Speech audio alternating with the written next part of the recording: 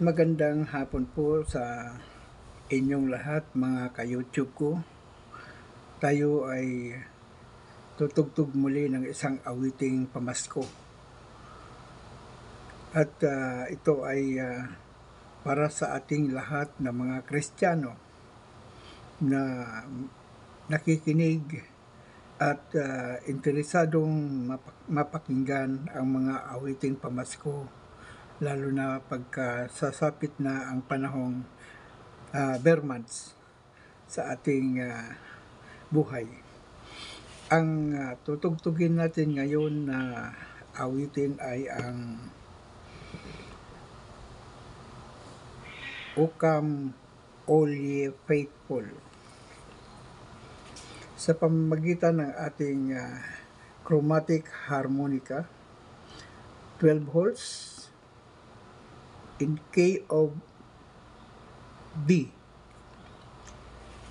Pakinggan po natin ang O Come All Ye Faithful.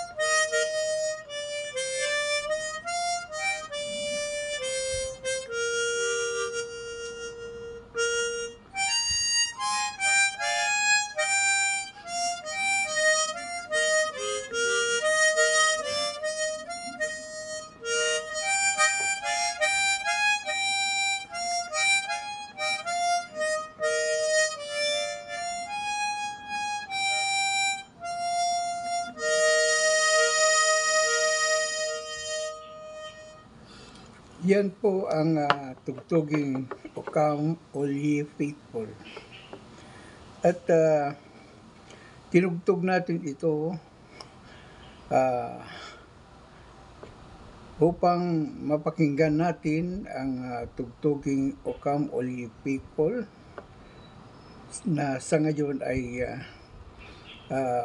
mabilis na lumilipas ang panahon at nararamdaman na natin ang himig ng Paskong tugtugin sa ating bayang Pilipinas, at ito ay ating gugunitain sa panahon ng pagsapit nitong Disyembre. Mga kababayan ko, wag sana tayo mag-skip sa lahat ng mga videos na ating pinanonood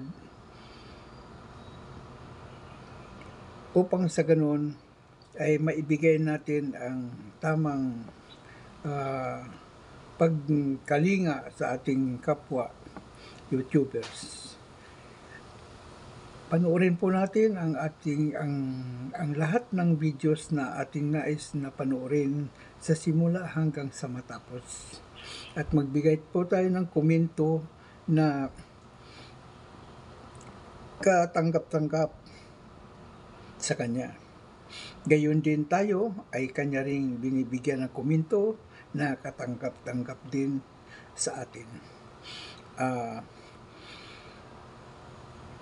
Isang paalala po muli na tayo ay kailangan sumunod sa community guidelines ng YouTube at magiging magalang lagi sa tuwin na pag tayo ay nasa loob ng YouTube ay atin pong isa-isip, isa puso at isa gawa ang mga bagay-bagay na nakabubuti para sa atin bilang mga YouTubers.